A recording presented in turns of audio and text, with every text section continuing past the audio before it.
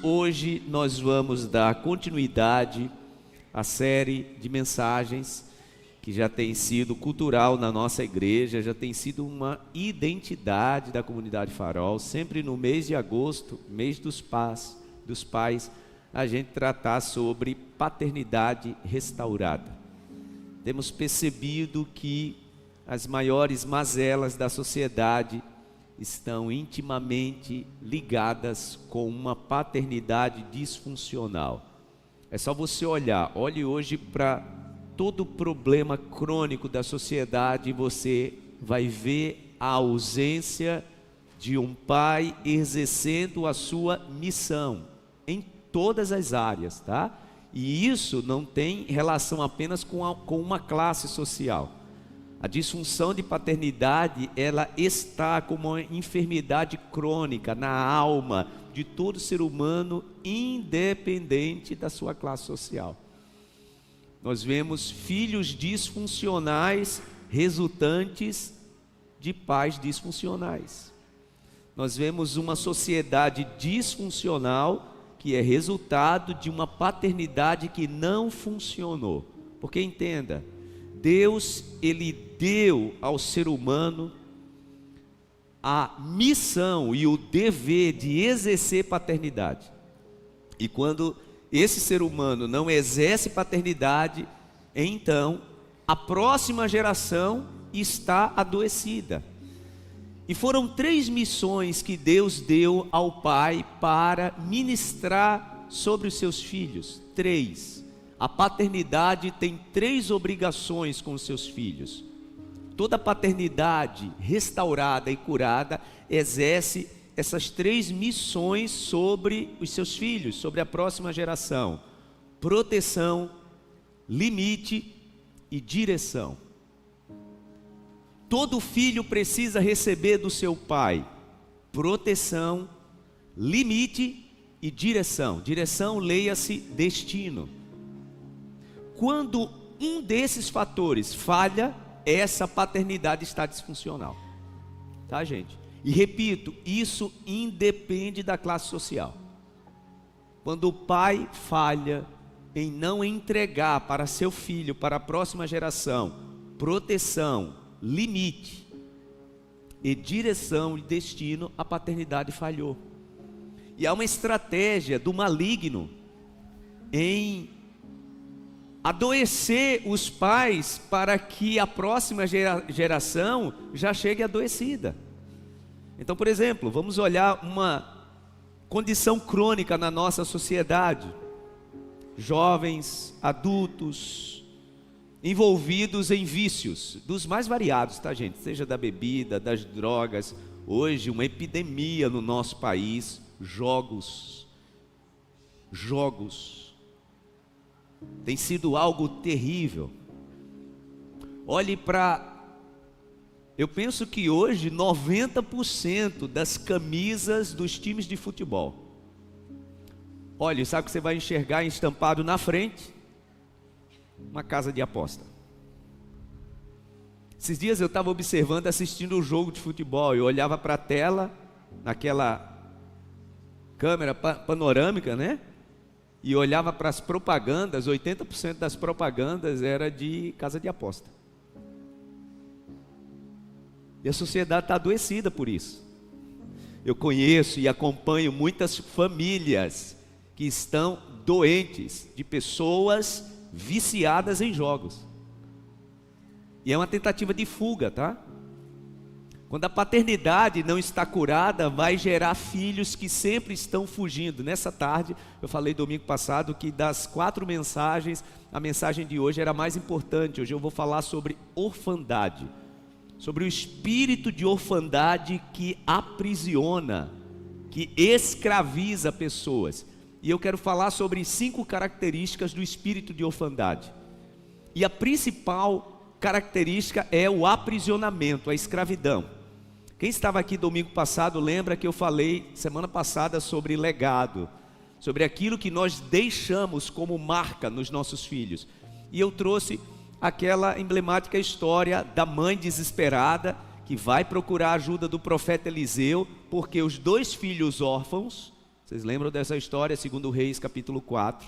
Os 2 filhos órfãos estão sob o perigo de se tornarem escravos, né? Interessante, porque o pai desse menino não era um irresponsável, que não temia o Senhor, não. A palavra diz que a própria mulher dá o testemunho, quando vai falar com Eliseu, dizendo para ele, segundo Reis capítulo 4, você conheceu meu marido, ele era discípulo de profeta, e era um homem temente ao Senhor, mas ele morreu. E morreu e deixou uma dívida, porque todo espírito de orfandade deixa uma dívida na vida dessa filha e desse filho. E essa dívida traz o fantasma e o assombro da escravidão. Todo espírito de orfandade vai assombrar pessoas para escravizar. E a ideia é essa. Vocês lembram que na semana passada eu expliquei sobre como é que nós pagamos a dívida da orfandade. Vocês lembram da história? A mulher vai lá desesperada, diz ao profeta, olha, você conheceu meu marido, era um homem temente ao Senhor, mas agora estão querendo levar os meus 2 filhos como escravos. E ela estava desesperada, esperando do profeta, do homem de Deus, uma solução para a dívida que a família dela tinha contraído, né? Porque quando nós ficamos órfãos, nós adquirimos uma dívida na alma, no espírito. E como é que o profeta Eliseu resolve a dívida daquela mulher? Através de um milagre de Deus. Quem não ouviu a mensagem da semana passada, eu recomendo que você assista. Porque Deus realiza um milagre, né? Aquele milagre do azeite, para pagar a dívida da mulher e dos filhos órfãos. E como é que o milagre acontece? Com 2 ingredientes, né? Quando a mulher chega para o profeta e diz, me ajude, senão meus filhos órfãos serão levados como escravos. A primeira pergunta do profeta é, o que você tem em casa? É o primeiro ingrediente do milagre. É Deus perguntando para a gente, o que é que tem ainda dentro de você? E a resposta da mulher automática foi, tua serva não tem nada. Aí ela lembrou, tem sim, tem uma vasilha lá com um pouquinho de azeite. Deus usou esse pouquinho de azeite que sobrou para o ingrediente do grande milagre que aquela mulher recebeu da parte de Deus para pagar a sua dívida e a dívida de orfandade dos seus filhos. Eu disse domingo passado que às vezes Deus usa o ingrediente do que nos sobrou, apenas o restinho de vínculo familiar. Você sabia disso? Que pessoas que vivem a dívida da orfandade, às vezes o que só te restou foi o laço de sangue. Quantas pessoas já me disseram isso? Ah, pastor, em relação ao meu pai, eu não sinto absolutamente nada. Eu só tenho mesmo o laço de sangue, é o restinho de azeite que precisa ser usado por Deus como ingrediente para pagar a dívida. Foi o que Deus fez, né? Deus usou o ínfimo restinho de azeite que a mulher tinha.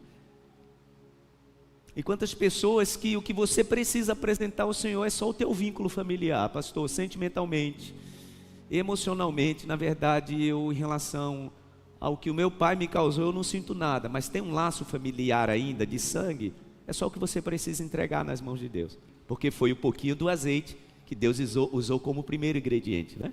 E qual foi o segundo ingrediente? Quando a mulher lembra do pouquinho de azeite, aí o profeta diz o que para ela? Então volte, antes de chegar em casa, passe na vizinhança, peça vasilhas emprestadas, mas peça muitas, entre em casa e você vai ver o grande milagre. Então a palavra diz que ela faz isso, passa na vizinhança, pega um monte de vasilha emprestada e entra em casa, e então começa agora o milagre que pagaria a dívida de orfandade, né? A mulher começa a encher vasilha, até que quando ela enche a última vasilha, com o azeite que estava vivendo, né? Vivenciando, ela e seus filhos vivenciando o milagre da multiplicação, quando ela enche a última vasilha, então ela grita para o filho, traz mais uma, ele diz, não tem mais. Então o azeite parou, por quê? Porque o milagre era proporcional à quantidade de vasilhas que ela tomara emprestado. E as vasilhas que ela tomara emprestado, elas eram proporcionais aos níveis de relacionamento que aquela mulher ainda tinha. Porque é isso que Deus faz. Ele usa o que nos resta e Ele usa também relacionamentos para nos curar. Foi sobre isso que eu preguei a semana passada, sobre o legado que é restaurado e curado, né? Deus usa o que nos restou ainda na alma e no coração e também os relacionamentos. Quantas pessoas que olharam para dentro de casa e disseram, eu não quero casar, eu não quero família, eu não quero filhos. Porque para ter isso que eu tive na minha infância e na minha adolescência, não quero não. Aí o que Deus fez? Deus fez você ao longo da sua vida se deparar com gente abençoada. Você diz assim, olha, naquela época foi aquela pessoa que Deus usou como um pai para restaurar a minha visão de paternidade. Relacionamento que é usado por Deus para pagar a dívida de orfandade. Azeite e vasilhas. É quando Deus usa pessoas para emprestarem para a gente vasilhas, né? E é assim que nós restauramos o legado. E hoje eu quero falar, irmãos, sobre orfandade. Quero repetir então que é responsabilidade dos pais entregarem para os seus filhos e para a próxima geração proteção, limites e direção. Quando eu como pai falho com a minha filha e com meu filho e não entrego isso, há uma dívida e o espírito de orfandade então se estabelece na vida de alguém. Pais precisam proteger os seus filhos. Nesse meu tempo de pastorado, uma coisa que eu tenho percebido, quando pessoas foram feridas pela vida, foram machucadas, a pergunta que às vezes é verbalizada ou só grita no coração é: por que o meu pai não me protegeu? Às vezes você não tem coragem de dizer isso, porque às vezes o pai está presente física e geograficamente, mas não consegue proteger. Porque nós esperamos isso é intrínseco ao ser humano, que os pais protejam. Por que ele não conseguiu me proteger? Por que ele não conseguiu ver naquele tempo que eu mais necessitava do olhar dele de proteção? Aí então se estabelece uma dívida. Aí então se estabelece o espírito de orfandade. Por quê? Porque faltou proteção. E sabe, irmãos, essa questão de confiar na proteção dos pais, olhe bem para mim, é algo natural do ser humano, desde a infância, desde mais ter idade. Eu falava isso no culto das 10 da manhã. Qual é o filho, a criança, que antes de dormir, pergunta para o pai e para a mãe, na hora que você está colocando para dormir: papai, mamãe, você fechou a porta? Gente, nenhuma criança pergunta. Você trancou a fechadura? Sabe por que as crianças não perguntam? Porque é natural e intrínseco ao ser humano, desde a maternidade, que os seus pais lhe protejam. Então quando a gente está colocando a turminha para dormir, simplesmente eles se deitam e dormem. Em qual certeza? Meu pai e a minha mãe trancaram a porta. Meu pai e minha mãe estão me protegendo. Perceba, tá? Quando isso falha, há uma ruptura na questão da confiança. Eu vou falar sobre isso quando tratar das 5 características da orfandade. O espírito de orfandade traz uma desconfiança crônica. Por quê? Porque eu deveria ter sido protegido, ter sido protegida, e isso falhou. Por quê? Porque pais devem entregar para os seus filhos 3 coisas: proteção, limite e direção. É interessante que tem pessoas que acham que a paternidade restaurada e curada e forte é a paternidade que está sempre servindo seus filhos. Mas deixa eu te dizer, a gente pode sofrer uma disfunção de paternidade, o espírito de orfandade pode se estabelecer, ou pais que foram autoritários demais, agressivos demais na criação. Ou também eu conheço, gente, pessoas onde sentiram a falta de quê? De limites. Sabe aquele filho que nunca recebeu um não do pai e da mãe? E até teus colegas diziam assim: rapaz, como seu pai é um cara bacana, tua mãe é uma mãe bacana, né? Te dá tudo que você pede. Pode ter certeza que a conta de orfandade vai bater na porta. Esses dias alguém me dizia isso: ô pastor, eu sentia falta do meu pai e minha mãe dizer não. O espírito de orfandade se estabelece. Por quê? Porque pais receberam a missão de Deus de estabelecer limites. Então pais de vez em quando têm que dizer não. Pais de vez em quando têm que dizer: não é agora que você vai receber isso. Isso não é para essa sua idade. Isso você vai receber, mas em outra fase da sua vida, porque é responsabilidade de estabelecer os limites, proteção e limites. Terceiro, quando pais não estabelecem direção e destino para os seus filhos, também o espírito de orfandade se estabelece na vida de alguém. Porque a palavra diz no Salmo 127, o verso 4, que os filhos são como flechas nas mãos do que, gente? Do guerreiro, do valente. E flecha só vai para o lugar onde o guerreiro e o valente aponta. Então, se os filhos são como flecha na mão do guerreiro e do valente, os pais então dão destino para os seus filhos. E como é que nós estabelecemos destino para os nossos filhos, gente? Quando nós respondemos às indagações, às dúvidas e os questionamentos que a vida traz sobre eles. Sabe aquela fase que os nossos filhos estão sempre perguntando por quê? Aquela fase que os filhos estão sempre perguntando por quê, como? É nesse momento que nós estamos respondendo a essas perguntas que estes filhos estão recebendo direção. Eles estão recebendo destino. Por isso que a palavra, Salomão, quando fala sobre a forma de dar direção, limite e proteção, como é que ele diz? Ensine a criança no caminho. Salomão não diz ensine a criança o caminho, porque quando você ensina o caminho, você não está dando direção, você simplesmente está soltando palavra. Mas Salomão diz para a gente ensinar a criança no caminho. É o caminho que eu estou olhando, porque, irmãos, filhos aprendem muito mais com o que estão vendo em nós do que o que nós estamos falando. E esse é o problema, né? Por isso que o discipulado é perfeito, né? Quando acontece dentro do lar.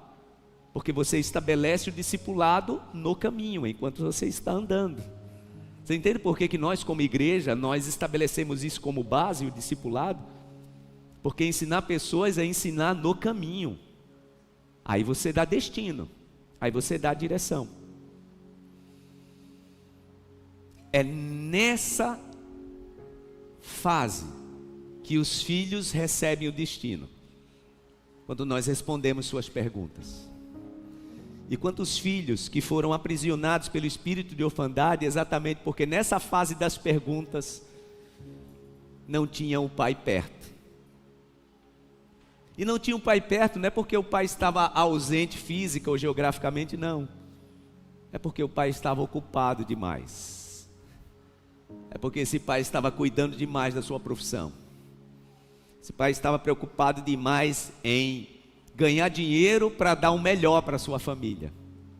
E isso também produz espírito de orfandade. Porque quando a gente olha na palavra, né, sobre a cura que vem sobre o espírito de orfandade, Malaquias capítulo 4, versículo 6, a palavra diz que a cura acontece quando o coração dos filhos se voltam para o coração dos pais e o coração dos pais se voltam para o coração dos filhos. A palavra diz então, a terra será curada. Do contrário, a terra será amaldiçoada. Porque essa aproximação, ela não é física e geográfica, ela é uma aproximação de coração.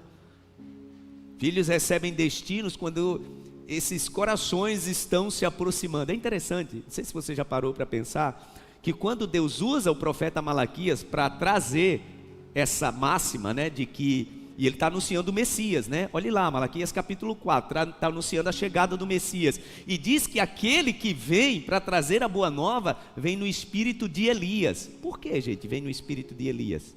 Não poderia ser outro profeta? Por que o espírito de Elias? Porque Elias é o único profeta narrado na Bíblia que exerceu paternidade e sucessão, o único. Você olha para o ministério de Daniel, Daniel não preparou filho espiritual. Você olha para o ministério de Samuel, Samuel não preparou filho espiritual. Aliás, Samuel não preparou nem os filhos biológicos para sucedê-lo. Você olha para o ministério de Ezequiel, Ezequiel não preparou filhos espirituais, mas Elias sim. Quando Elias está vivendo aquela crise emocional, vocês lembram? Aquela crise emocional, entra na caverna, pede ao Senhor para tirar a vida dele. Ele estava tão desesperado, né, na sua depressão, na sua crise emocional, que ele pede um favor: Senhor, pode tirar a minha vida, eu já vivi o bastante. É interessante, né? Que ele fala também de paternidade. O que é que ele diz?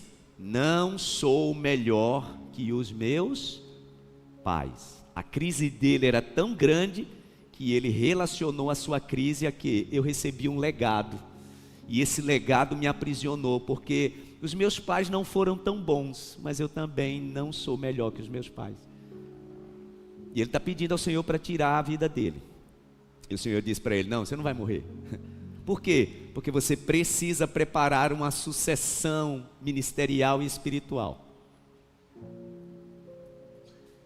Há uma sucessão de paternidade, Elias. Você vai sair dessa caverna, você vai voltar pelo caminho por onde você veio. Você ainda precisa fazer 3 coisas. Vocês lembram o que foi?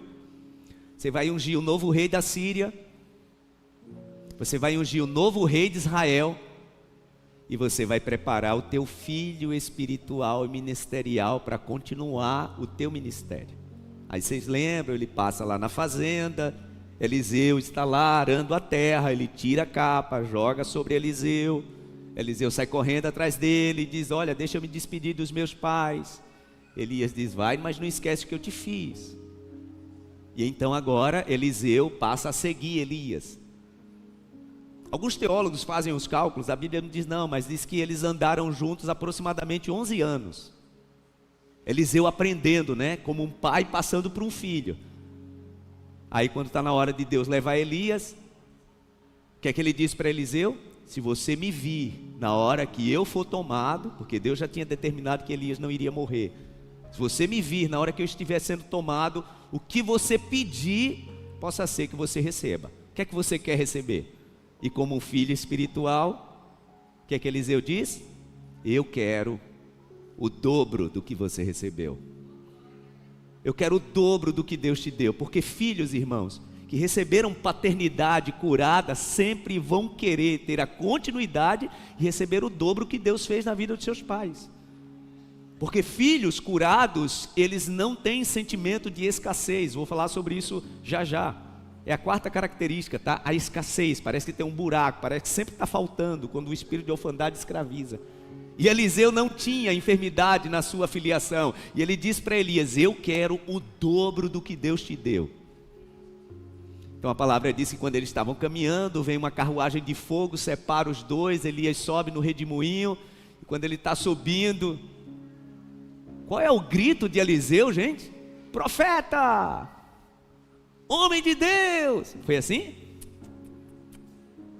Meu, o quê? Pai. Meu pai. Carros e cavaleiros.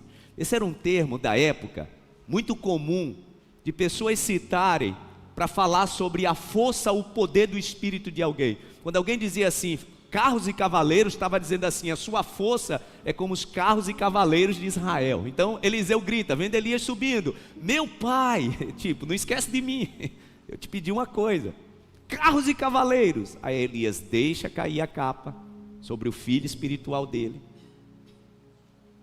Eliseu então pega a capa de Elias, cinge os seus lombos, e vocês sabem do restante da história, né? Passa pelo Rio Jordão, o rio se abre e tal. Quando você vai fazer o cálculo, Eliseu fez exatamente o dobro de milagres que Elias fez. Por quê? Porque ele recebeu uma paternidade curada. Entenda por que Malaquias cita que o Messias vem no espírito de Elias. Por quê? Porque sempre as boas novas anunciadas para deixar sucessão. Quando a gente olha para a trajetória, né? João Batista encontra o Messias. O que é que ele diz? Sou nem digno de calçar as tuas sandálias, porque você é maior do que eu. Aí Jesus de fato vem e realiza obras maiores que João. Quando Jesus está pronto para ir para o Pai, o que é que ele diz para os seus discípulos? Vocês, meus filhos, vão realizar obras maiores do que a que eu realizei. Paternidade, irmãos, sempre vai gerar sucessão. Orfandade sempre vai gerar escassez. Paternidade restaurada sempre vai gerar o dobro de milagres. Espírito de orfandade sempre vai gerar pobreza emocional, carência emocional. Sempre assim. Por isso que o nosso inimigo usa tanto a orfandade para estabelecer um espírito de escravidão, onde nós estamos vivendo, no ambiente que estamos vivendo, na sociedade que estamos vivendo. Há uma estratégia maligna. O espírito de orfandade impede que o ser humano tenha uma visão clara de futuro.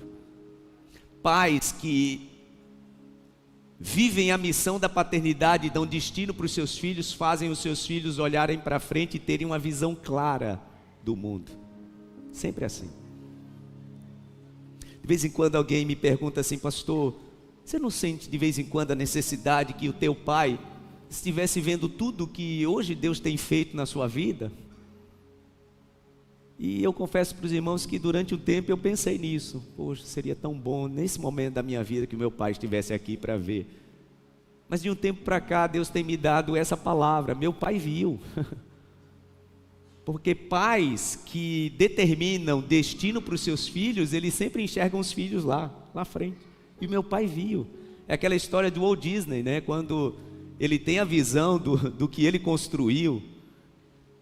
E ele construiu tudo que ele construiu pensando em suas filhas, né? Quando ele pensou naquele castelo ali de princesa, ele estava pensando em algo para suas filhas. Só que ele fez numa escala grandiosa. Investiu antes da década de 60, mais de 17 milhões, isso, gente, era muito dinheiro. E no dia da inauguração ele já tinha morrido, e o governador estava ali próximo da sua esposa e diz assim para ela: seria tão bom, né, que o Walt tivesse aqui com a gente para ver tudo isso. Ao que ela disse para ele: mas ele viu, ele viu antes da gente. Porque é isso que pais fazem. Pais que preparam o destino para os seus filhos, pais que exercem a paternidade na missão que Deus estabeleceu, eles enxergam o futuro e diz para os filhos, às vezes não com palavras, mas com atitudes: é para lá que vocês vão. E essa, irmãos, já quero começar a entrar no assunto das 5 características. É a primeira característica da orfandade. A primeira característica da orfandade é filhos que não conseguem sentir, perceber destino, direção. O espírito de orfandade tira da visão dos filhos esse entendimento de direção. Vocês percebem que a sociedade que a gente vive traz isso de uma forma assim, bem ideológica. Por exemplo, olha como é que a sociedade tenta imprimir nos nossos jovens: deixa eles escolherem. Depois eles decidem o que eles vão ser. Isso parece até ser algum nível de liberdade, né? E é interessante que o maligno começa a trazer na mente, no coração dos jovens, o pior exemplo de paternidade, né? Porque filhos que tiveram pais opressivos, controladores, autoritários, então esses filhos, eles querem respirar o espírito de liberdade. E o inimigo então faz esses jovens, adolescentes olharem para frente e dizer: não, meu pai e minha mãe não vai determinar nada na minha vida não, porque eu que tenho que escolher. É óbvio que você tem que escolher, mas os pais têm a obrigação de apontar para o futuro, apontar para o destino. Filhos órfãos não têm essa visão, porque não tem ninguém para apontar. Quando eu disse que o meu pai viu, eu lembro com 19 anos, quando meu pai me chamou e disse: olha, filho, eu acho que Deus tem para a sua vida algo ministerial. E meu pai tinha conversado com outros pastores e querendo me levar ao ministério, e eu disse não para o meu pai: não, pai, não quero. Não quero. Eu fugia da vocação ministerial. Eu não estava vendo, mas o meu pai já estava vendo. Porque essa é a função dos pais, mesmo que os filhos digam não. Mas filhos órfãos, irmãos, não conseguem ter esse entendimento de destino. Por isso que pessoas, elas estão, olha para a maior parte, gente, da nossa juventude, está sendo como onda, levado de um lugar para o outro. E a sociedade diz: deixa eles tranquilos, depois eles escolhem, deixa eles experimentarem as coisas, depois eles decidem o que eles serão na identidade deles, deixa eles livres. E tem pais que estão querendo ser legais demais e ao invés de apontar, estão deixando os jovens livres para escolherem. E entenda, eu quero trazer esse recado para você, adolescente, jovem, dizendo que o pai, tua mãe, tem que determinar o que você vai ser, mas tem que apontar o caminho, porque isso é importante, e você vai entender já já por quê. Filhos órfãos não recebem destino. Filhos órfãos não recebem direção. Filhos que têm pais recebem direção. São os filhos que fazem perguntas e mesmo quando os pais não sabem a resposta, tentam encontrar a resposta junto com os filhos, porque isso traz direção. Segunda característica do espírito de orfandade: quem vive aprisionado no espírito de orfandade sempre está se sentindo deslocado. Não consegue ter sentimento de pertencimento. Sabia disso? Espírito de orfandade faz a gente perder os vínculos. É aquela pessoa, meu irmão, que está dentro, mas já está ensaiando para sair. Isso é em todas as áreas, tá? Inclusive no casamento. A pessoa deu ao Senhor a capacidade de lhe abençoar com a aliança. Aí Deus abençoou. Aí essa pessoa agora está dentro do casamento. Mas está dentro do casamento, sempre pensando na hora em que vai dar errado e vai sair. Eu conheço gente que até a mala já era pré-pronta. Sabia disso? A pessoa era casada, mas já tinha a mala sido feita e desfeita tantas vezes, que a pessoa pensou assim: deixa eu deixar a mala já ali pré-pronta, porque daqui a pouco eu vou ter que arrumar ela de novo para eu sair daqui. Sem sentimento de pertencimento. Se sente sempre deslocado. São pessoas que não conseguem criar vínculos fortes. Pessoas que não conseguem ter conexões profundas. O espírito de orfandade traz isso. Nem em amizades, nem em alianças. O espírito de orfandade faz essa pessoa ter relacionamentos rasos. Por isso que essa pessoa não aprofunda conexões. Tem até muitos amigos. Salomão fala disso, né? Salomão fala mais ou menos assim: ó, tem gente que tem muitos amigos, mas isso vai lhe trazer ruína. Por quê? Na verdade tem muitos amigos e não tem nada de conexão, nem de vínculo de profundidade. E é esse espírito de orfandade que traz essa desconexão, é o sentimento de não pertencimento. Faz com que a pessoa, por exemplo, nunca se sinta pertencente a essa família espiritual. Você sabia que tem gente que é assim? Ah, pastor, eu já estou aqui há tanto tempo, mas eu não me sinto pertencente. O espírito de orfandade traz isso. O espírito de orfandade faz com que a gente não crie o que o apóstolo Paulo disse, né? Laços entranháveis de misericórdia. Você entende por que Paulo disse isso? Ele disse: olha, é importante que a gente tenha laços entranháveis. Está falando de laços em que as entranhas, todas as vezes que o judeu, gente, fala de entranhas, fala de sentimento profundo. É tanto que quando fala sobre dor, sobre algo que atinge a alma, diz assim: sentiu nas entranhas. Paulo está dizendo que as nossas relações, os nossos vínculos precisam ser de laços entranháveis de misericórdia. Irmãos, quando isso falta no casamento, esse casamento é raso e sempre pronto para naufragar. Pessoas que vivem o espírito de orfandade não conseguem criar laços nem duradouros, nem fortes. Sabe você que está casado, está casada, mas ainda não conseguiu criar vínculos com seu marido e com a sua esposa, de destampar, abrir a tampa e fazer essa pessoa te conhecer por dentro? Porque você tem medo do julgamento. Possivelmente o espírito de orfandade bate à tua porta faz tempo. E eu quero trazer um recado aqui para os meus pares, os homens. Nós temos muito isso, tá, gente? Nós temos medo de sermos descobertos por dentro. Isso tem muito a ver com o espírito de orfandade. Porque a segunda característica do espírito de orfandade é eu não me sentir pertencente. Mas vai que ela sabe dos meus segredos e o amor dela diminua. Gente, amor é decisão. Amor não é sentimento, amor é decisão.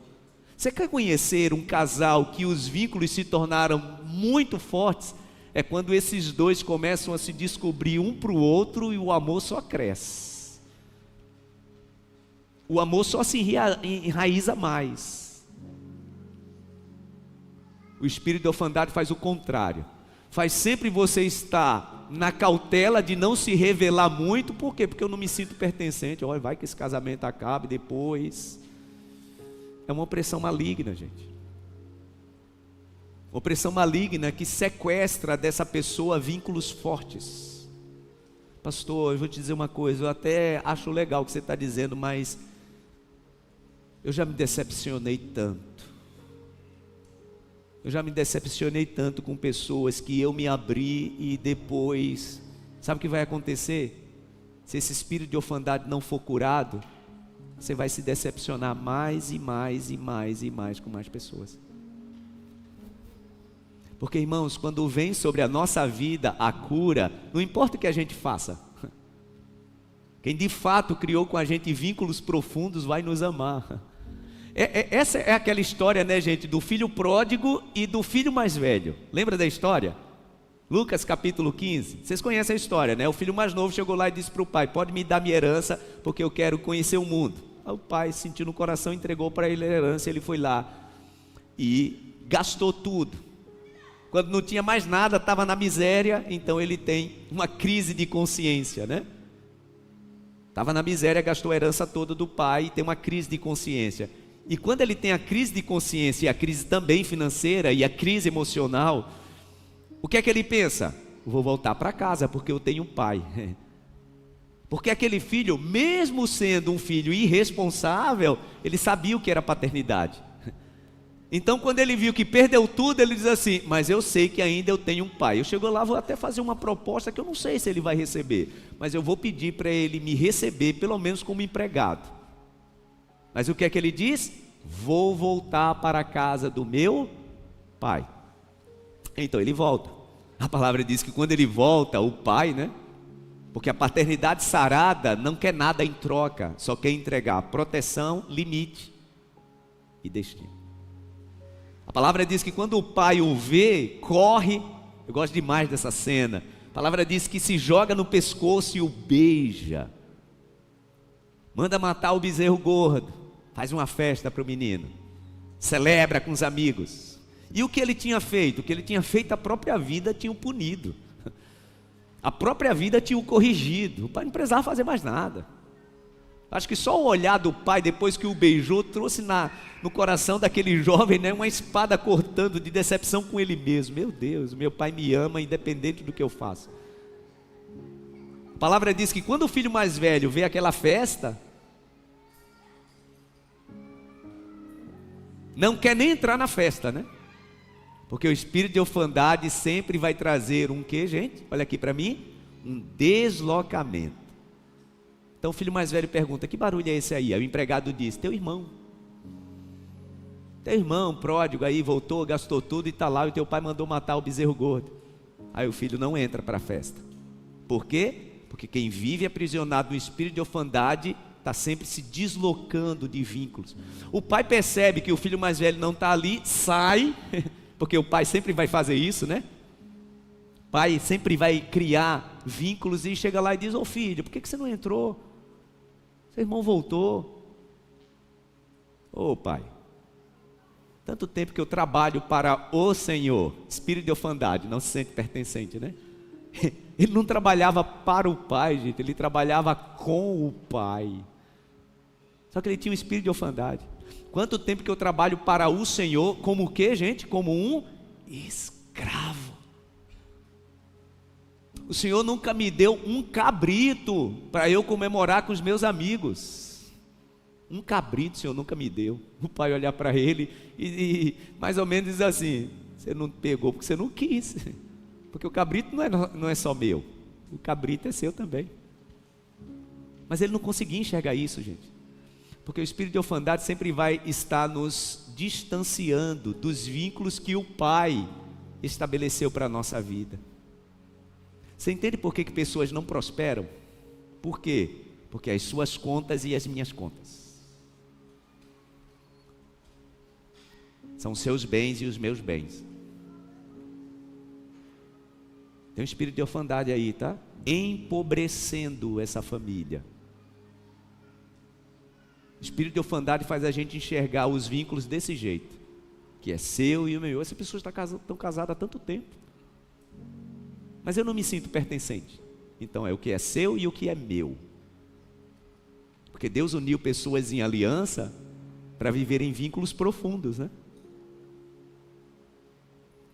Mas como eu estou sempre com o pé atrás, esperando a hora de sair, era o filho mais velho, que olha para o pai e diz: o cabritinho que eu queria comemorar com os meus amigos, o Senhor nunca me deu. O pai: ô filho, tudo que eu tenho é seu. Se você tivesse sido curado dessa sua enfermidade de orfandade, você já teria tomado mão aí do cabrito, celebrado com seus amigos. O espírito de orfandade traz esse deslocamento e esse não sentimento de pertencimento. Terceira característica do espírito de orfandade. O espírito de orfandade traz uma fome emocional constante, é uma carência crônica, é uma carência de afeto, é uma carência de aprovação, é uma carência de validação, é uma carência de ser visto. Irmãos, eu entendo que o tempo que nós estamos vivendo deixa isso tão escancarado, né? É só a gente olhar para as mídias sociais das pessoas, como as pessoas se expõem, né? Já vi esse termo? As pessoas que estão caçando likes. Sabe o que é caçar like? É caçar aprovação. É porque eu quero a aprovação de alguém que eu não tive a aprovação do meu pai. Eu quero a aprovação de alguém, eu quero que alguém me veja, eu quero que alguém me valide. Porque pais que exerceram paternidade de cura e saudável validaram os seus filhos. Essa foi a nossa primeira mensagem da série, né? Quando o Pai Celestial, o seu filho está começando a sua carreira aqui na terra, e o Pai Celestial olha para eles: ô, todo mundo olha aqui, esse aí é o meu filho amado, viu? Meu prazer está todo nele. Pais que validam. Pais que não validam geram filhos com uma carência crônica, carência de afeto. Vocês entendem por que tem tantas pessoas mendigando relacionamentos, afetos, em relacionamentos doentios, e a gente olha e diz: oh meu Deus, aquela pessoa é tão inteligente, como ainda se submete em relações assim? É um espírito de orfandade, trazendo sobre a vida dessa pessoa, imperando sobre a vida dessa pessoa uma escravidão de uma carência. Então eu vivo a minha vida mendigando. Eu preciso receber a cura, nessa minha filiação, a cura do Pai Celestial. Quarta característica do espírito de orfandade. O espírito de orfandade faz com que a pessoa viva uma vida de escassez e não de abundância. A pessoa não consegue enxergar, sabe aquela máxima do copo meio cheio e meio vazio? A pessoa não consegue enxergar sob esse prisma do copo meio cheio. É a pessoa que dentro dos seus relacionamentos só enxerga o que falta e não o que tem. É a pessoa que não consegue enxergar a provisão de Deus, só consegue enxergar quando está faltando alguma coisa. Porque no processo, na nossa vida aqui na terra, irmãos, em algum momento as coisas vão faltar, mas isso não é a ausência da provisão, é Deus nos testando, é Deus nos conduzindo para um outro nível. Mas se a pessoa viveu a sua carência de paternidade, vai enxergar o Pai Celestial como alguém também que falha em te prover. Quando a nossa paternidade é sarada, irmãos, nós simplesmente confiamos que Ele vai prover. Esses dias eu conversava com alguém falando exatamente sobre isso, né? Sobre a diferença entre viver de expectativa e viver de fé. Sempre quem cria expectativa, gente, está sob o risco de se frustrar. Quem vive por fé, não. Porque quem vive por fé, na garantia que o Pai Celestial supre, sempre vai entender: o meu Pai Celestial em algum momento vai suprir todas as minhas necessidades. Jesus tentando exemplificar isso, né? Mateus capítulo 6, a partir do versículo 25, ele diz assim: por que vocês andam preocupados? Em outra versão diz: por que vocês andam ansiosos? Não é a vida melhor do que a comida? Não é o corpo melhor do que a roupa que vocês vivem? Por que vocês andam preocupados com o que vocês vão comer, com o que vocês vão vestir? Olha, saiba, o Pai Celestial, Ele sabe de tudo que vocês precisam. Olhe para as aves dos céus. Elas não semeiam, elas não colhem, estão sempre sendo alimentadas. Olhem para os lírios do campo. Essa erva que hoje está viva e amanhã o sol vai secá-la. E o Pai veste ela a si mesmo. Vocês acham que vocês não têm muito mais valor do que as aves dos céus, do que o lírio do campo? É interessante, né? Que Deus está falando de provisão, Jesus está falando de provisão, mas não se refere a quem provê como Jeová Jirê, né? Porque o Deus que provê é conhecido na Bíblia como o quê? Jeová Jirê, o Deus da provisão. Quando ele fala da provisão, ele trata ele de quê, gente? Pai. O Pai Celestial. Gente, amanhã é segunda-feira.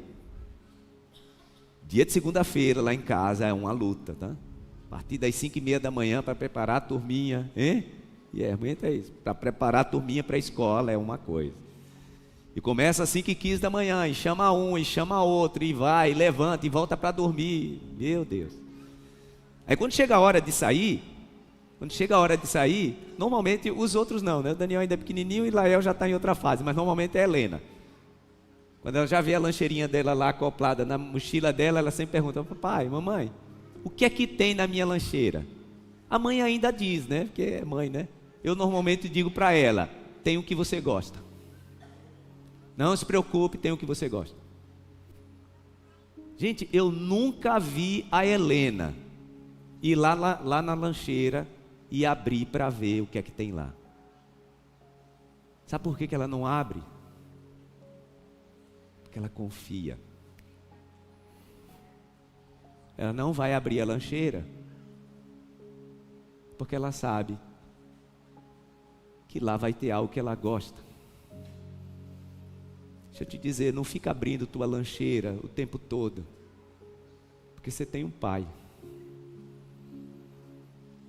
O Senhor quer resolver sobre a tua vida esse espírito de escassez que tem corroído a tua alma, ansiedade que tem tomado conta do teu coração e você tem tentado dar conta de tudo. Você não vai conseguir dar conta de tudo. Sabe, você que toda hora está correndo para a lancheira para perceber, vai que o Pai esquece, vai que não está lá, vai que não tenha. Entenda, Deus vai sempre te surpreender. Quando você chegar na hora de abrir a lancheira, que você abrir, você vai dizer: Ele sabe do que eu preciso. O meu Pai, Ele sabe do que eu preciso. Irmãos, essa é a diferença entre expectativa e fé. Quem cria expectativa vai se frustrar com as pessoas, vai se frustrar com empresa, vai se frustrar com gente, vai se frustrar com o momento. Quem vive por fé, quem deposita a sua confiança no Pai Celestial, vai entender o seguinte: todas as vezes que eu abrir a lancheira, opa, Ele sabe do que eu preciso. É disso que Jesus está explicando em Mateus 6:25. Abra a sua lancheira e você vai ter uma surpresa. Mas você não precisa conferir. Ele sabe do que você precisa. Quem vive a escassez crônica, objeto da orfandade, está sempre preocupado, ansiosa, ansioso. Como é que vai ser amanhã? E como é que vai ser se não acontecer? Ou você confia no Pai, ou você vai deixar esse espírito te dominar, o espírito que pressiona a tua alma, trazendo a sensação de escassez sempre. Vocês entendem porque nós vivemos um mundo, irmãos, onde as pessoas vivem cada vez mais ansiosas. O Brasil hoje só perde para os Estados Unidos e está ali, com o país onde as pessoas mais tomam ansiolíticos, remédio para conseguir aplacar um pouquinho essa sensação de falta, de escassez, a sensação de que vai dar errado, a sensação de que vai vir o pior. Falta de cura de paternidade. Porque o pai que prepara a lancheira vai sempre te fazer uma surpresa, quando você abrir vai ter lá. Nunca a Helena, quando abriu a lancheira, chegou lá, estava faltando. Ô pai, você esqueceu de colocar. Nunca. Sempre vai estar lá.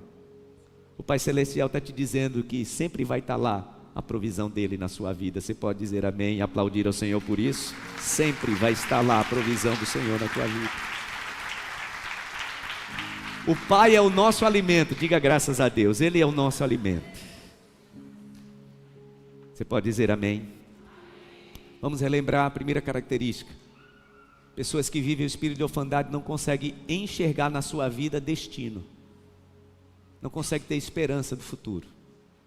Quem confia no Pai sabe, olha, eu não estou vendo muita coisa, mas eu sei que Ele vai preparar o melhor para mim, preparou o melhor para mim. Como diz a canção, eu não sei como é que Ele vai fazer, mas eu sei que eu só vivo de milagre. Quem é filho e confia no Pai vive exatamente assim. Segunda característica, o espírito de orfandade traz uma espécie de deslocamento, sentimento de não pertencimento. O Pai nos faz nos sentirmos pertencentes. Foi o que o Pai disse para o filho pródigo: pode entrar, a casa ainda é sua. Você fez tudo errado, mas ainda eu sou seu pai. Você pisou na bola, mas ainda eu sou seu pai. Esses dias eu dizia isso para os dois maiorzinhos lá em casa: não importa o que vocês fizerem, não importa as suas escolhas, eu sempre vou amar vocês como pai. Vocês não precisam mendigar o meu amor. Porque filhos, irmãos, que recebem paternidade curada, têm esse entendimento. Sabe que o pai e a mãe vai sempre os amar. Em algum momento vai corrigir, vai colocar limite, vai corrigir rota, mas amor, gente, ele não é condicional. Amor é amor, porque é uma decisão. O pai está explicando para o filho pródigo: a vida te corrigiu, mas o meu amor está aqui, deixa eu te dar um beijo. O filho mais velho estava querendo pagar o cabrito, né? Ele não entendia porque ele era órfão. Órfão de um pai presente, né? Terceira característica, uma fome emocional constante e uma carência crônica. Quarta característica, uma vida de escassez e não uma vida de abundância.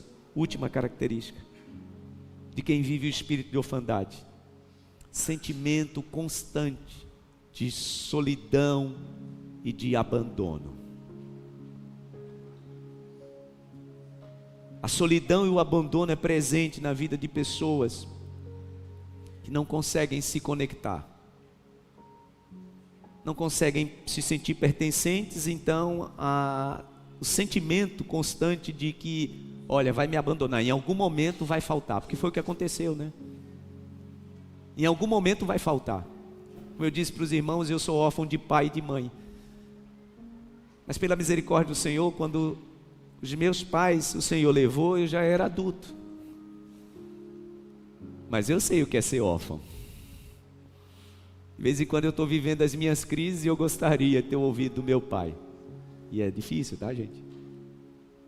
É difícil. Porque é isso que o espírito de orfandade traz, né?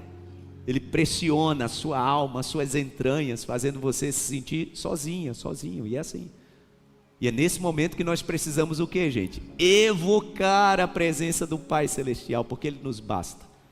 Diga para a pessoa do seu lado: o teu Pai Celestial te basta. Diga para a pessoa do seu lado: e Ele vai preparar pais espirituais para você. Como preparou Elias para Eliseu, né? Como preparou Paulo para Timóteo. Aliás, o apóstolo Paulo, ele diz assim: vocês têm muitos mestres, mas deveriam ter mais pais. É isso que Paulo diz, né? Mestres vocês têm muito, mas deveriam ter mais pais espirituais. E o Senhor faz isso, para que Ele consiga estancar em nós esse sentimento de solidão, de abandono, a sensação de constante desconexão. Pessoas que vivem assim sempre têm dificuldade de começar e terminar coisas, né? Sempre estão deixando pela metade. Começo a ler livro, não termino. Começo a fazer curso, não termino. Tudo é pela metade. Por quê? Porque vem sempre a sensação de que em uma hora algo vai ser tirado de mim. Por quê? Porque um dia o meu pai saiu para ir trabalhar e nunca mais voltou, pastor. Porque o dia eu viro o meu pai falhar e faltar com a minha mãe, naquele dia ele morreu para mim. Por isso que eu não me conecto. Por isso que eu prefiro viver assim. E eu quero encerrar essa minha palavra dizendo para você que o espírito de orfandade, ele só é curado através do perdão. Só. Não tem outro jeito, irmãos, de sermos sarados e curados, se não for através do pagamento de uma dívida. Lembra que eu falei domingo passado? Uma dívida precisa ser paga, e essa dívida só é paga através do perdão. Sabe quando aquela mulher da história do domingo passado vende o azeite, chega lá no credor e ela faz o quê? Ela paga uma dívida. E o profeta disse para ela: pegue o azeite, venda, pague a dívida e o quê? Viva do resto. Uma dívida precisa ser paga. E como é que uma dívida é paga? Como foi que Jesus pagou a nossa dívida pelo nosso pecado na cruz do Calvário? Exercendo sobre nós o quê? Perdão.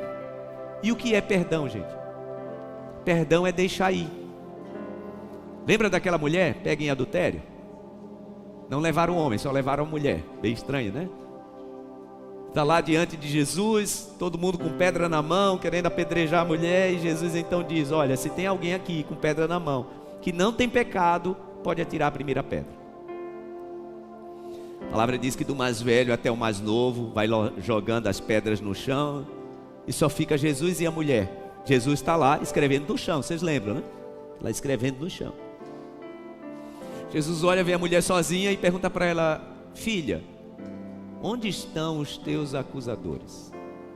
Ela diz: não ficou ninguém. Ficou ninguém, Senhor.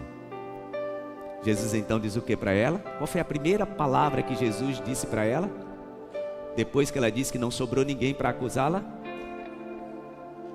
vá. Vá. Essa é a palavra, irmãos, que conceitua o perdão. Jesus estava dizendo para ela: pode ir. Porque perdoar é isso, né? Perdoar é você deixar ir. É você dizer para a pessoa: olha, pode ir da minha vida. Pai, eu gostaria muito de te perdoar, mas você se foi antes de eu ter essa oportunidade. Se liberta dessa história. Pastor, meu pai não está mais entre nós. Eu não sei como é que eu perdoo. Diga para ele nessa noite: pai, pode ir. Eu te libero. Eu te libero. O que Jesus disse para aquela mulher. Depois ele deu a recomendação, né? Vá e abandone a sua vida de pecado. O problema, irmãos, é que nós queremos nos curar na nossa paternidade, esperando primeiro que quem não nos protegeu, não deu limite, nem nos deu destino, primeiro essa pessoa mude. Quantos filhos que não estão vivendo o perdão exatamente porque: pastor, como é que eu vou perdoar o meu pai se ele não mudou? Deixa eu te dizer, só precisa deixar ele ir. Sobre se ele vai abandonar a conduta dele, é uma questão dele, da decisão dele com Deus. Agora, para você de fato se libertar, é você deixar ir. É o que Jesus disse para aquela mulher: filha, vá, eu te perdoo. Se ninguém ficou aqui para te atirar pedra, eu tampouco farei isso. E olha que eu podia, tá? Porque eu não tenho pecado. É o que Jesus diz nas entrelinhas para a mulher, né? Eu podia, eu não tenho pecado, mas eu vou deixar você ir, pode ir. É o que filhos e irmãos precisam dizer nessa noite, aí no teu espírito, na tua alma: pai, eu te libero. Eu não vou mais ficar presa nessa história. Eu não vou mais ficar preso nessa história. Eu te libero, pode ir. Vou viver a vida que o Pai Celestial determinou para mim, porque Ele me perdoou. Ele derramou o seu sangue na cruz do Calvário. E olha que eu nem merecia, mas Ele morreu e foi a graça que me restaurou. Então também eu quero me desconectar dessa história de orfandade, de escassez, desse buraco que quer tomar conta e dominar a minha alma. Eu liberto disso, me liberto, pode ir. Eu quero convidar você a ter coragem de dizer isso aí no teu lugar. Você não precisa dizer de forma audível, mas aí na tua alma. Você que percebe que ainda há uma dívida entre você e seu pai. nome de Jesus. Faça isso de forma sincera, com teu coração e a tua alma voltados para o Senhor, e diga aí no teu lugar: Pai, eu te libero. Aquela vez que o Senhor falhou comigo, e até hoje isso me aprisiona, eu te libero, pode ir. Porque eu quero viver uma vida abençoada. Eu quero viver uma vida restaurada. Eu não quero viver uma vida de escassez. Eu não quero viver uma vida de uma carência constante. Eu não tenho que fazer nada para ter a tua aprovação. Eu já tenho a aprovação do meu Pai Celestial. Eu não tenho que estar correndo atrás das pessoas para elas me verem, me aprovarem, me validarem. Eu só preciso seguir, eu vou seguir. Porque o meu Pai Celestial me vê. Ele está me enxergando, então eu vou seguir. Irmãos, não espere que as pessoas mudem para você poder perdoar.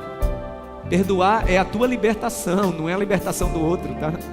Deixa eu te dizer, tem gente que foi o nosso algoz ou a nossa algoz que vai continuar repetindo os mesmos erros.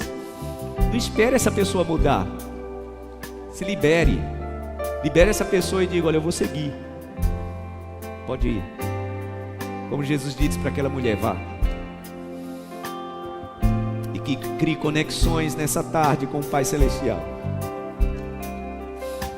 Crie conexões profundas nessa tarde, e vínculos profundos, como diz o apóstolo Paulo, entranháveis de misericórdia. Até porque para você perdoar alguém, você precisa exercer misericórdia, porque Jesus exerceu misericórdia sobre mim e sobre você. A gente não merecia o perdão dele, e ele exerceu misericórdia. Por isso que os vínculos precisam ser entranháveis de misericórdia. Misericórdia, a palavra misericórdia é você colocar o seu coração, né? Córdia, coração, na miséria do outro.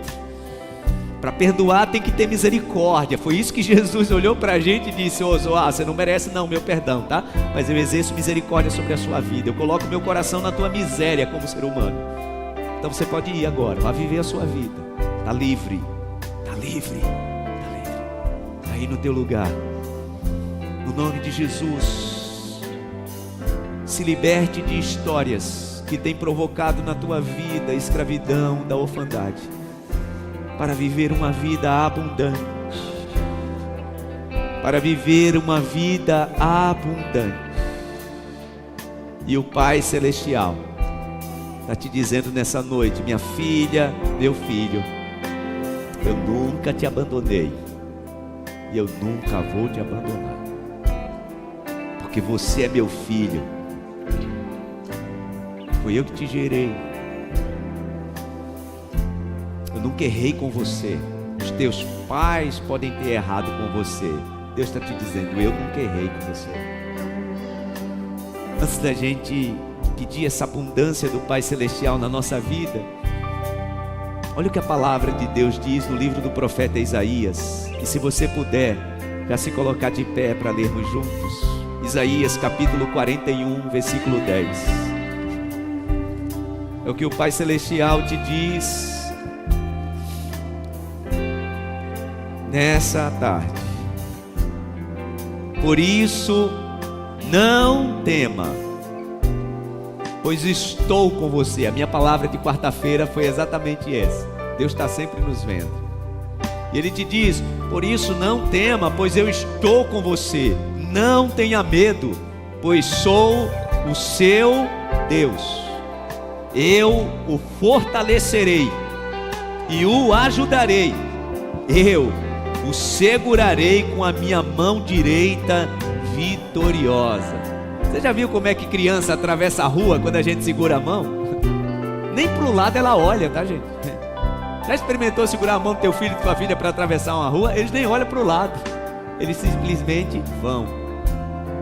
Entrega a tua mão para que Deus segure na tua mão, e Ele vai te atravessar por vale de sombra da morte, por caminhos estranhos. Você segurar na mão, Ele não vai deixar você nem tropeçar. Você pode dizer amém? O povo de Israel tinha caminhado 40 anos no deserto, e agora o povo está no momento de entrar na terra prometida. E aí o próprio Deus usa a boca de Moisés para dizer isso para o seu povo. Deuteronômio capítulo 32. E antes da gente orar, você precisa receber essa palavra. Deuteronômio capítulo 32. versículo 8. Diz assim a palavra de Deus. Vamos ler a partir do versículo 4. Ele é a rocha e suas obras são perfeitas. Sabia que você é uma obra perfeita de Deus? O Pai Celestial fez uma obra perfeita. Você pode nem enxergar isso, mas Ele está te dizendo que fez uma obra perfeita. Pessoas que vivem um espírito de orfandade, irmãos, não conseguem ter uma imagem, uma visão perfeita de si. Estão sempre enxergando defeitos em si, porque é isso que o espírito de orfandade faz.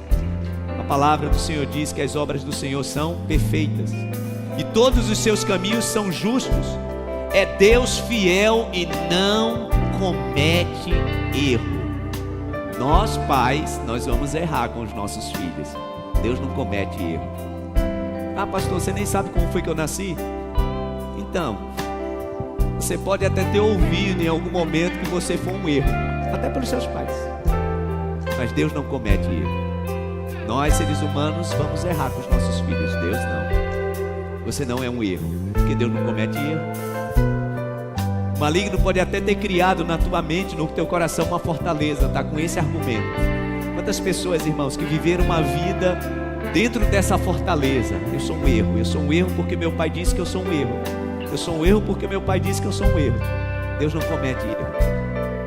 Deus não comete erro. Ele está dizendo aqui: eu sou fiel e não cometo erro. Eu sou justo e reto. Então você não é um erro. O Senhor te planejou, mesmo que os teus pais não tivessem te planejado. O Senhor te planejou porque Ele não comete erro. E você é o acerto de Deus. É tanto, olha onde é que você está, meu irmão. Olha como Deus te preservou. Como diz a canção, não era nem pra gente estar aqui. Se você está aqui é porque o Senhor acertou. Diga para a pessoa do seu lado: se você está aqui é porque Deus acertou. Pastor, eu já passei por cada mal bocado. Se você está aqui é porque Deus acertou. Porque Ele não comete erro. Ele preservou a tua vida. E Ele quer que você exerça paternidade, sabia disso?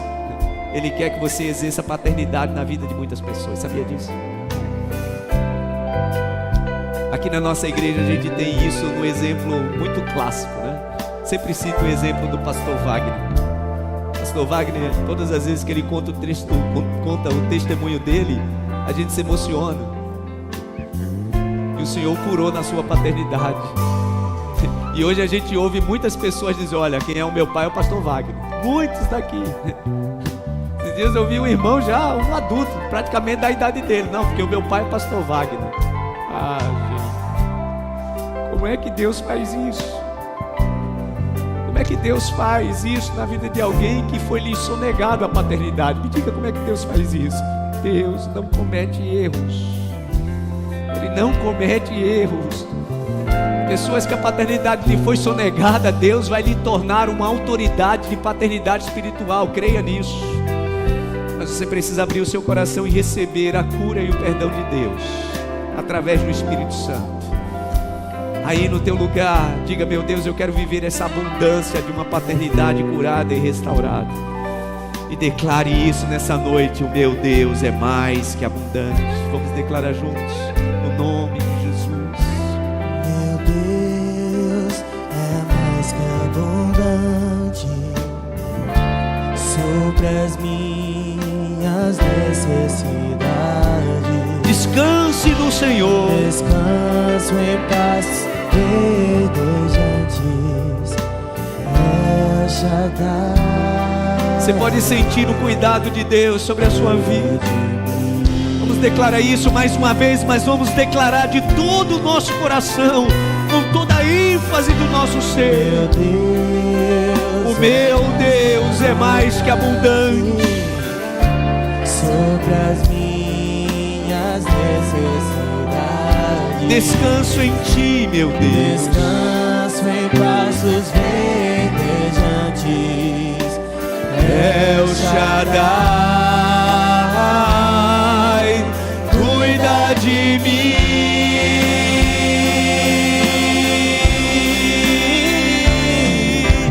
Meu pastor,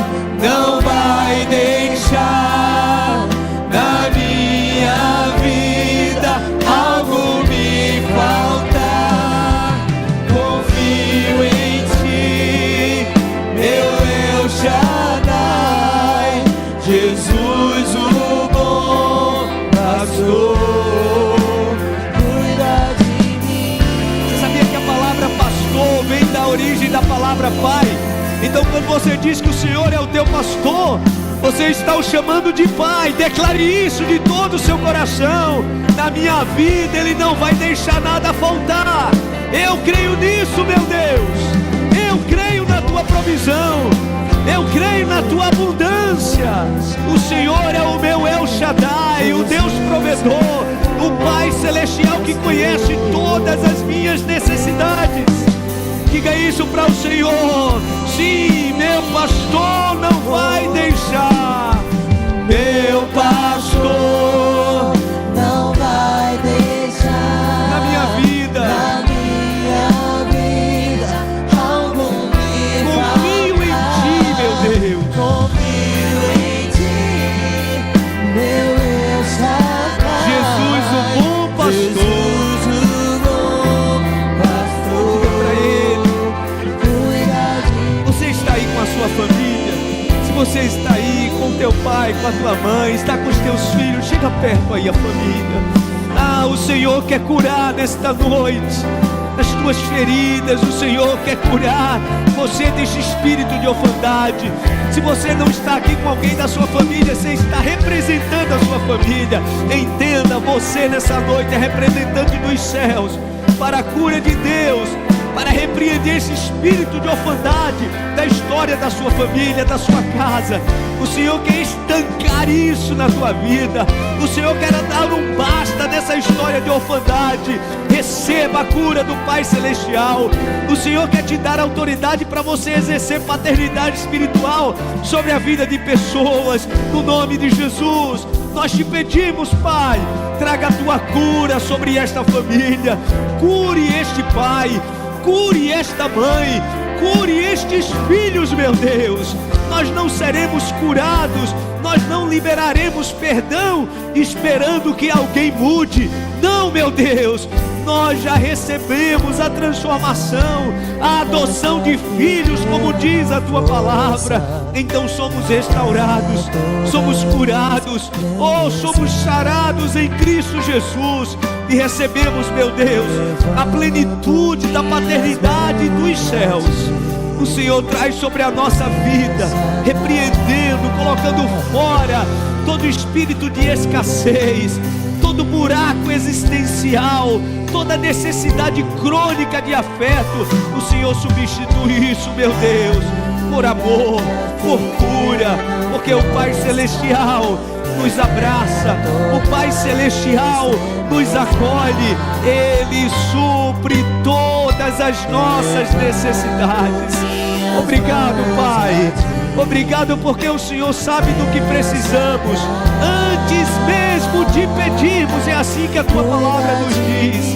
Então somos curados, somos sarados, somos restaurados no nome de Jesus. Ore neste momento pelo teu Pai, no nome de Jesus. Ore neste momento pelo teu Pai.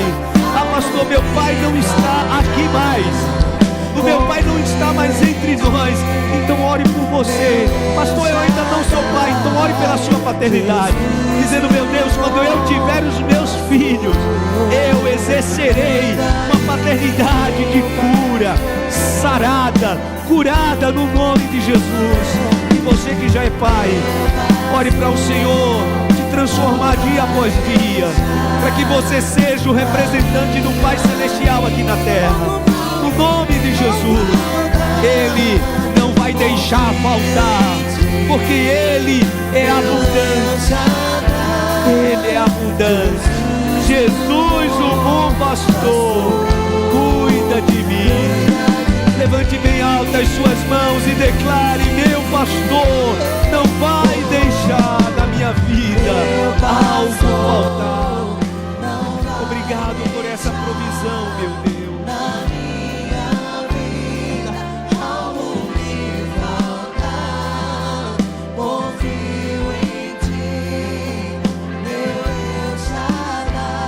Jesus, o bom pastor.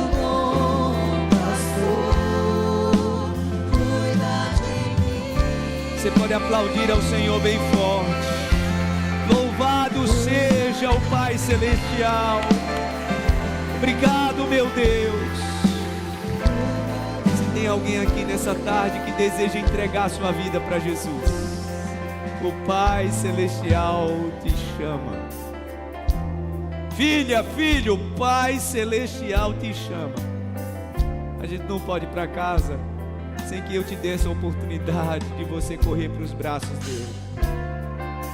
Sabe, você que tem tempo que você está correndo desse encontro, Jesus está te chamando e você está correndo, se desviando, porque você tem receios, você tem medos, você tem medo de criar vínculos, porque é isso que o espírito de orfandade faz, cria na gente receios.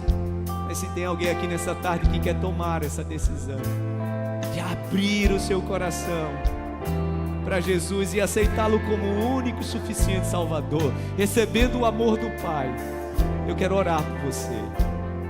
Se você deseja receber essa oração, eu quero te convidar a sair do teu lugar e vir aqui na frente do altar, que eu quero orar por você, fazendo uma oração de relação, de conectividade novamente, né, com o Pai Celestial, de um novo vínculo com o Pai Celestial. O Pai Celestial te chama, filho. O Pai Celestial te convida, vem para os meus braços de amor. Não saia daqui sem tomar essa decisão. E eu sei que tem gente que precisa tomar essa decisão hoje. Sabe por quê? Isso vai curar toda a tua trajetória de vida. Isso vai trazer cura na tua alma. Então é hoje. Eles que me conhecem muito sabem que eu não sou muito de estar insistindo, mas há algo no meu coração dizendo que tem alguém que precisa tomar essa decisão hoje nesse lugar. Aí você não pode deixar para amanhã. O Pai te chama hoje. Nós vamos cantar essa canção mais uma vez, o refrão. A oportunidade que você tem, pastor, eu quero ir, mas não dá para eu receber essa oração aqui onde eu estou, não, tem que ser aqui. Eu quero orar juntinho de você.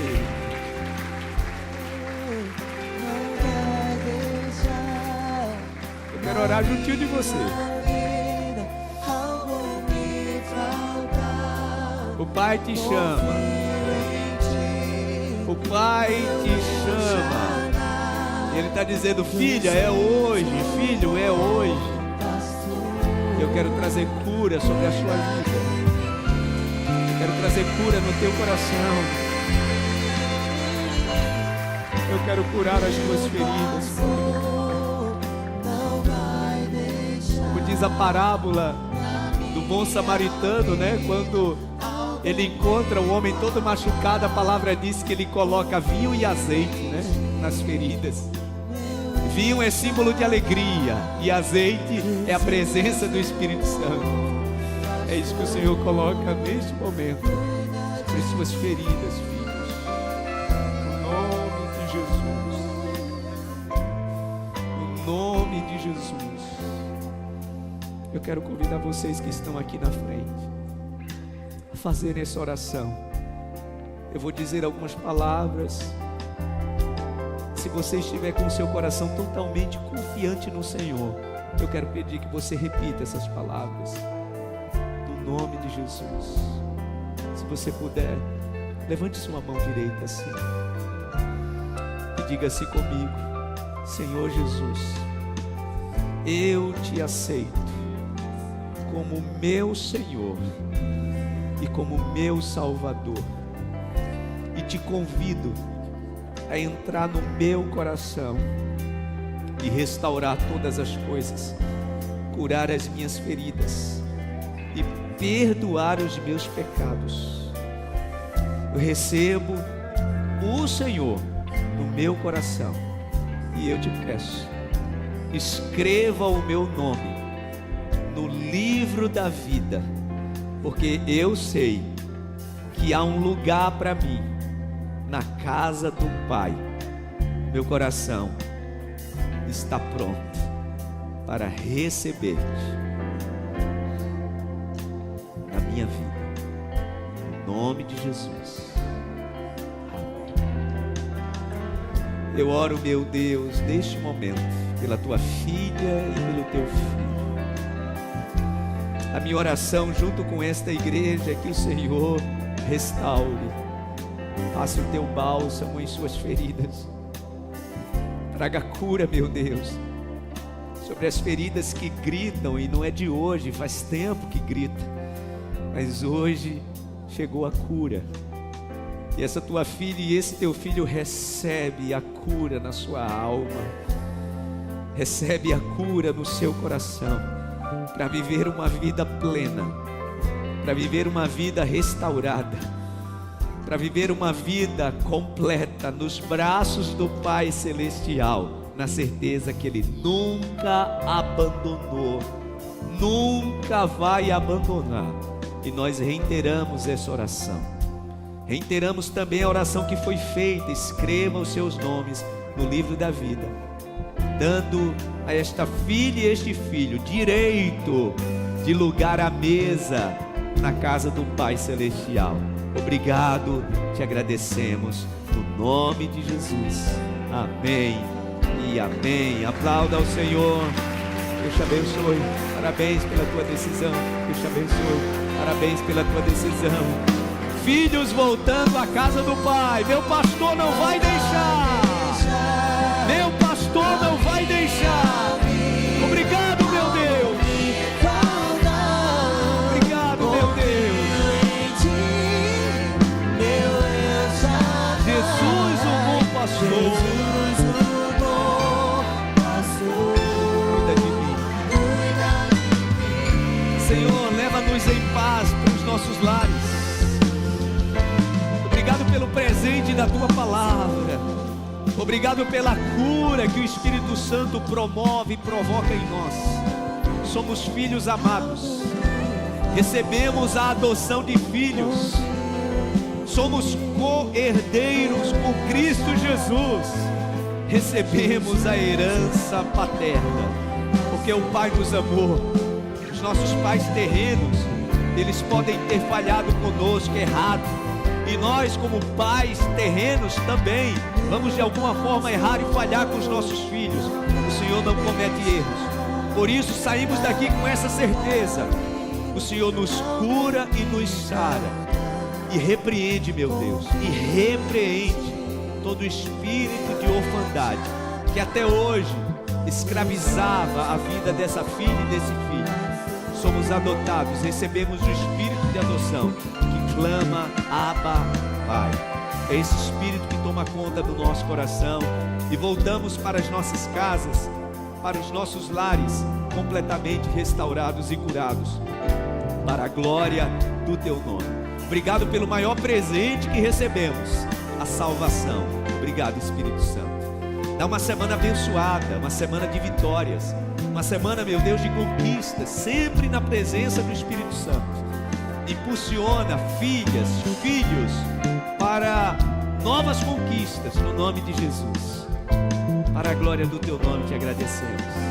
Que a graça do Senhor e Salvador Jesus Cristo, o amor de Deus, o nosso eterno Pai, a comunhão e a consolação do divino e eterno Espírito Santo esteja e permaneça sobre todos, hoje e sempre. Amém, amém e amém. Aplauda ao Senhor bem forte. Deus abençoe sua casa, Deus abençoe sua família. Uma semana muito abençoada, uma semana para filhos abençoados. Deus abençoe.